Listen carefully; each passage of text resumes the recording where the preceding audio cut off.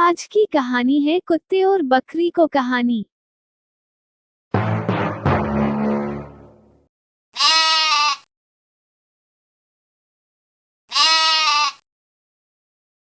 लाजो, बाहर आओ। देखो रानी को क्या हो गया है, बीमार तो नहीं हो गई?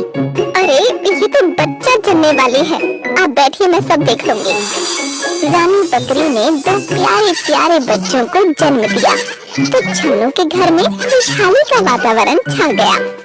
दोनों बच्चों का नाम बिल्लू और टिल्लू रखा गया। छन्नू के कुतिया और उसके दो बच्चे जिनका नाम शेरा और बघेरा था, बकरी के दोनों बच्चों को देखने के लिए आ गए।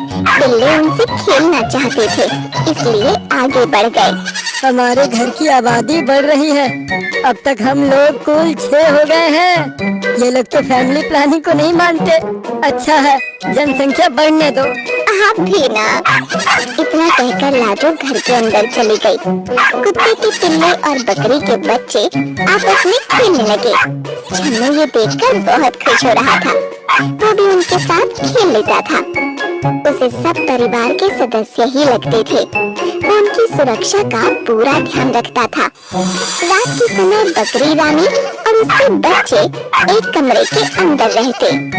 कभी कभी कुतिया और उसके बच्चे भी वहीं रहते थे। एक दिन कुतिया और उसके बच्चे रात के समय कमरे के बाहर ही बैठे थे।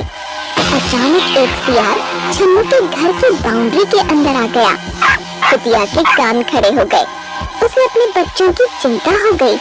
उसने झट से शेरा और बघेरा को पीछे सुरक्षित स्थान पर भेज दिया और उनके आगे खुद सतर्क होकर बैठ गई। सियार ने रानी बकरी के कमरे में जाने की कोशिश की। वो बार बार दरवाजे को धकेलना चाहता था। जब दरवाजा नहीं खुला तो वो कुतिया और उसके बच्चों की तरफ मुड़ गया। कुतिया ने पूरी तरह से बच्चों को अपने पीछे सुरक्षा में ढक लिया। सियार आगे बढ़ा तो माँ कुतिया उससे लड़ पड़ी। दोनों में लड़ाई होने लगी। सियार बच्चों की तरफ जाने लगता तो कुतिया उस पर टूट पड़ती। अपने बच्चों को बचाने में उसकी जान पर बनाई। छन्नू तब तक डंडा लेकर बाहर आ गया।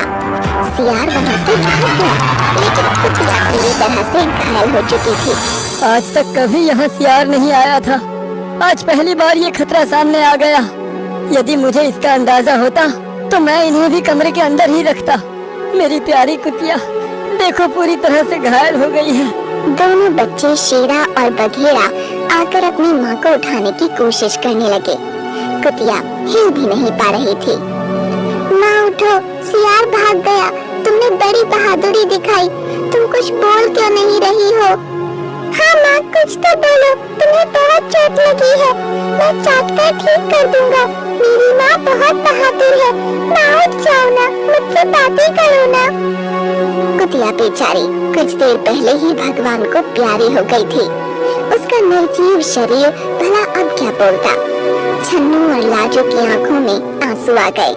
उनके परिवार का एक सदस्य सदा के लिए उनसे दूर हो गया। शेरा और बघेरा अनाथ हो गए। छन्नू और लाजो को उन पर बड़ी दया आ रही थी। ये दोनों दूध पीते बच्चे अभी बहुत छोटे हैं, बिना माँ के हो गए हैं। इन्हें तो ये भी नहीं पता कि अब इनकी माँ इस दुनिया में नहीं रही। रानी बकरी भी वहाँ पहुँच गई थी। उसने सब समझ लिया। वो शेरा और बघेरा के पास आ गई। उसकी ममता का आंचल बहुत बड़ा था।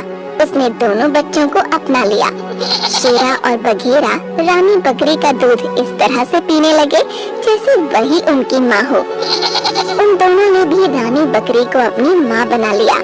वो बिल्लू और टिल्लू के साथ भी पूरी तरह से घुल मिल गए।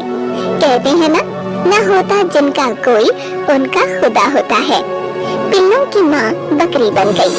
शेरा और बघेरा बड़े हो गए। वो दोनों अपनी माँ रानी बकरी और भाई टिल्लू और बिल्लू की सुरक्षा में लगे रहते थे।